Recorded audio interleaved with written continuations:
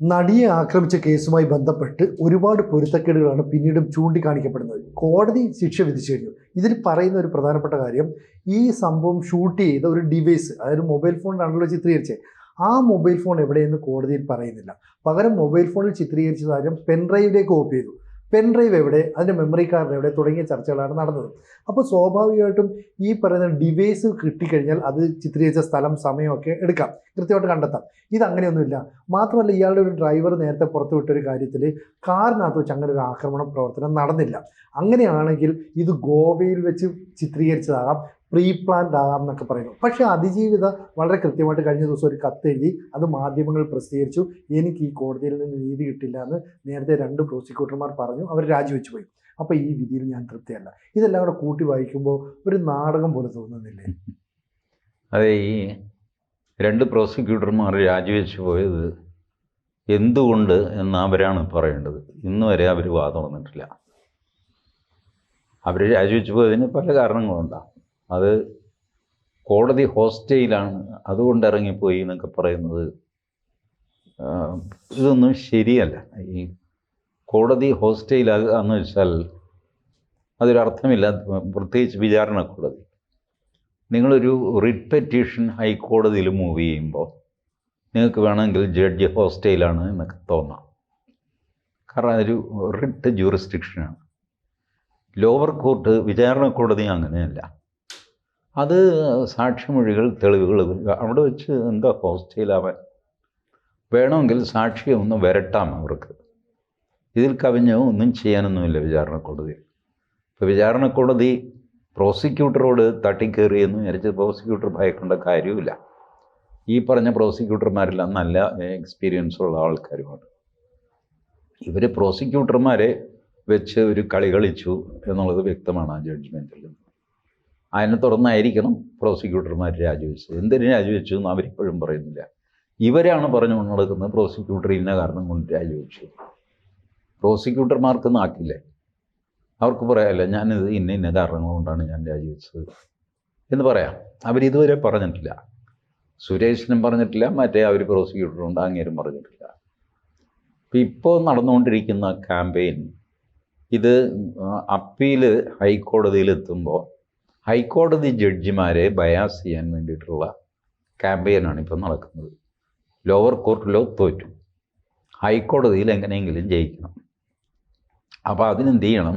ആദ്യം അതിനുള്ള ഒരു അന്തരീക്ഷം ഒരുക്കണം. ദിലീപിനെ ശിക്ഷിച്ചാൽ മാത്രമേ ഹൈക്കോടതി ജഡ്ജിമാർക്ക് ഇറങ്ങി നടക്കാൻ പറ്റുള്ളൂ എന്നുള്ള സ്ഥിതി കൊണ്ടുവരണം.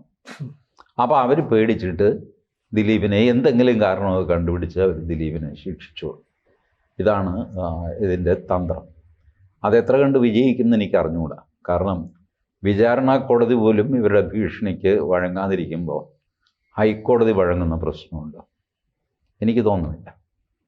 എന്നാൽ ഇത് ഇപ്പോൾ 4-5 ദിവസത്തിനകം ഇത് കെട്ടടങ്ങും. ചിലപ്പോൾ അത് കഴിയുമ്പോൾ ഹൈക്കോടതിയിൽ അപ്പീൽ ഫയൽ ചെയ്യും. അപ്പീൽ ഫയൽ ചെയ്യുമ്പോൾ വീണ്ടും ചർച്ച ചെയ്യും, ബഹളമൊക്കെ തുടങ്ങും. അപ്പീലിൻ്റെ വാദം കേൾക്കുമ്പോൾ വീണ്ടും ചർച്ച ചെയ്യും, ബഹളമൊക്കെ തുടങ്ങും. എങ്ങനെയെങ്കിലും ദിലീപിനെ ശിക്ഷിച്ച് അടങ്ങുള്ളൂ എന്നുള്ളൊരു സ്ഥിതി കൊണ്ടുവരും. അത് ചെയ്തില്ലെങ്കിൽ ഹൈക്കോടതി കാശിന് ഉള്ളില്ലാത്തവരാണെന്ന് പറഞ്ഞിട്ട് അടുത്ത പരിപാടി തുടങ്ങിയിട്ട് സുപ്രീം കോടതിയിൽ പോകും. അതൊക്കെയാണ് ഈ ലക്ഷണങ്ങൾ കാണുമ്പോൾ നമുക്കറിയാമല്ലോ, ഈ ബഹളമൊക്കെ കാണുമ്പോൾ. അതിൻ്റെ പേരിലാണ് ഈ അലമ്പൊക്കെ നടക്കുന്നത്. സിനിജി ആലോചിച്ച് നോക്കുക. ദിലീപിന് വേണ്ടി ഹാജരായതാരാ? B Raman Pillai sir. ഇപ്പുറത്ത് ഹാജരായതോ TB മിനി. അതിജീവിത കൊടുത്ത സ്പെഷ്യൽ പബ്ലിക് പ്രോസിക്യൂട്ടർ TB മിനിയാണ്. ഇവർ തമ്മിലൊരു താരതമ്യമുണ്ട്. ഞാൻ TB മിനി മോശം വക്കീലാണെന്നുള്ള അർത്ഥത്തിലല്ല പറയുന്നത്. ബട്ട് രാമൻപിള്ള സാറിൻ്റെ എക്സ്പീരിയൻസ്, സ്റ്റേച്ചർ, ഇതൊക്കെ വെച്ച് നോക്കുമ്പോൾ TB Mini is too junior compared to him. Experience വേണമല്ലോ ഒരു കേസിൽ നടത്താൻ. മിനിയുടെ ബുദ്ധിശക്തിയെയോ നോളജിനെയോ ഒന്നും ഞാൻ ചോദ്യം ചെയ്യുന്നില്ല. അവർ കഴിവുള്ള നല്ല വക്കീലാണെന്ന് തന്നെ വയ്ക്കുക. പക്ഷേ രാമൻപിള്ള സാറുമായിട്ട് താരതമ്യം ചെയ്യുമ്പോൾ അവർ പോരാ എന്ന് നമുക്ക് പറയേണ്ടി വരും. അത് അവർ തന്നെ സമ്മതിക്കുമെന്ന് ഞാൻ കരുതുന്നു. TB മിനി തന്നെ ഇങ്ങനെ ഒരു അൺബാലൻസ് ആ കോടതിയിലുണ്ടായിരുന്നു. ഒരു വശത്ത് അതിപ്രഗത്ഭനായ എല്ലാ അടിയും തടയും പഠിച്ച ഒരു വക്കീലും മറുവശത്ത് ഒരു സാധാരണ രീതിയിലൊക്കെ കാര്യങ്ങൾ അറിയാവുന്ന വക്കീലും, ഇത് തമ്മിൽ ക്രിമിനൽ കേസിലൊരു താരതമ്യം സാധ്യമല്ല.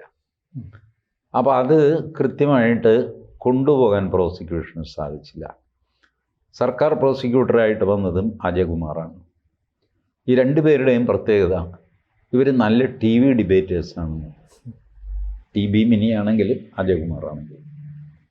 ബട്ട് ഈ ടി വിയിലെ വാദമല്ല കോടതിയിലെ വാദം. ടി വിയിൽ പലപ്പോഴും കുറച്ച് ഒച്ച വെച്ചും ബാക്കി ആങ്കറിൻ്റെ ദാക്ഷിണ്യം കൊണ്ടും ഒക്കെയാണ് ഒരാളൊരു പോയിന്റ് ഒരു പോയിന്റ് അങ്ങ് ജയിച്ചു. മറ്റേ ആളെ കൗണ്ടർ പോയിന്റ് പറയാൻ പോലെ ആങ്കർ സമ്മതിക്കില്ല, അല്ലെങ്കിൽ ഇയാൾ ഒച്ച വയ്ക്കും. അപ്പോൾ അങ്ങനെയല്ല എന്നൊക്കെ പറഞ്ഞു എന്നൊക്കെ പറഞ്ഞു കഴിഞ്ഞു, അല്ലെങ്കിൽ ഇടവേള, ഇങ്ങനെയൊക്കെയുള്ളതാണ് ടി വി. ഈ ടി വി ചർച്ചയിൽ ഇമ്പ്രസ്ഡ് ആയിട്ട് ആ വക്കീൽ കൊള്ളാം എന്ന് പറഞ്ഞ് അങ്ങനെ വെച്ച് കഴിഞ്ഞാൽ ഈ വക ദുരിതങ്ങൾ വരും. പ്രോസിക്യൂഷൻ്റെ സകല പരിപാടിയും പൊളിഞ്ഞു പോകുന്നു. പൾസർ സുനിയും ദിലീപും ഇവർ 7 സ്ഥലത്ത് ഗൂഢാലോചന നടത്തിയെന്നാണ് പ്രോസിക്യൂഷൻ്റെ വാദം. 7 സ്ഥലത്ത് ഇവരുണ്ടായിരുന്നു എന്ന് കഷ്ടിച്ച് 2-3 ഇൻസ്റ്റൻസിൽ എസ്റ്റാബ്ലിഷ് ചെയ്യുന്നുണ്ട്. ഉണ്ടായിരുന്നത് കൊണ്ട് ഗൂഢാലോചനയാകുന്നില്ല. ദിലീപ് നിൽക്കുന്നു, ദിലീപിൻ്റെ ഒരു 50 അടി പുറകിൽ പൾസർ സുനി നിൽക്കുന്നു, അതിൻ്റെ ഫോട്ടോ. ഗൂഢാലോചന. ഇതെന്ത് ഗൂഢാലോചന? 50 അടി ദൂരെ നിന്നാണ്. അപ്പോൾ ഇങ്ങനെ ഓരോന്നും. പിന്നെ ഒരു സിനിമയുടെ സെറ്റിൽ സുനിൽ 650 ഗുണ്ട ഇങ്ങനെ എഴുതി. അപ്പോൾ ആ സിനിമ സെറ്റിൽ കുറേ ഗുണ്ടകൾ വന്നിട്ട് കച്ചറ ഉണ്ടാക്കാൻ നോക്കി. അവരെയൊക്കെ പൾസർ സുനി അടിച്ചമർത്തി. അതിൻ്റെ പ്രതിഫലമായിട്ട് 650 രൂപ പൾസർ സുനിക്ക് കൊടുത്തു നിർമ്മാതാവ്. അപ്പോൾ അവിടെ ഉണ്ടായിരുന്ന ഈ ദിലീപ്, സൗണ്ട് തോമ എന്നോ അങ്ങനെ എന്തോ പറഞ്ഞുള്ള സിനിമയാണ്. ദിലീപ് ഈ പൾസർ സുനിയുടെ പെർഫോമൻസ് കണ്ടിട്ട് ഇവൻ കൊള്ളാമല്ലോ എന്ന് തോന്നി. അവനെ വിളിച്ചു, ഇവിടെ വാടാ, നമുക്കൊരു ആവശ്യമുണ്ട്. എന്താ ചേട്ടാ പറഞ്ഞു? ഇന്ന മാതിരിയാണ്. ഇത്രയേ ഉള്ളൂ, നിസ്സാരം. ഇതാണ് പ്രോസിക്യൂഷന്. എന്നാൽ ഇവർ തമ്മിൽ സംസാരിച്ചതായിട്ട് ഒന്നുമില്ല, തെളിവില്ല. 2 പേരും ആ സൈറ്റിൽ ഉണ്ടായിരുന്നു.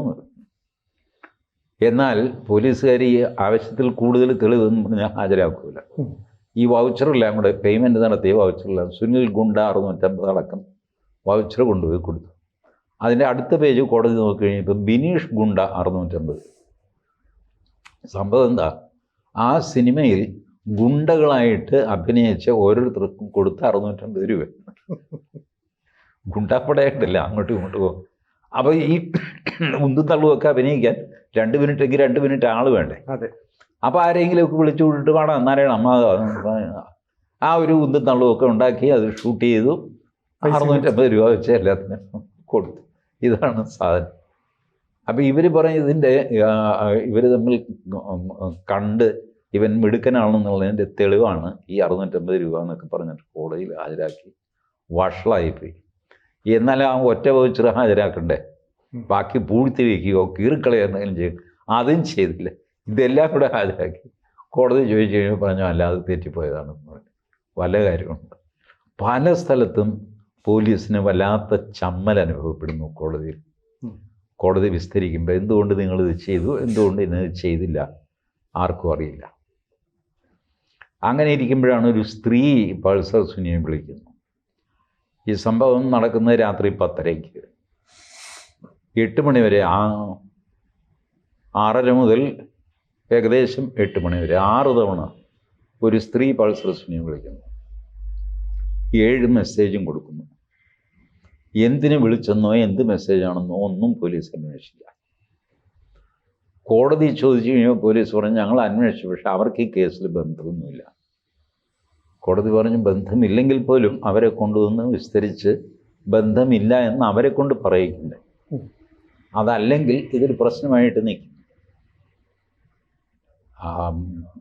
ഇവർ പ്രതിഭാഗം വക്കീൽ പറയുന്നത് ഇതാ ഒരു മാഡം ഇതിലുണ്ട് എന്ന് പൾസർ സുനി ഈ സംഭവ സമയത്ത് തന്നെ നടിയോട് പറയുന്നുണ്ട്.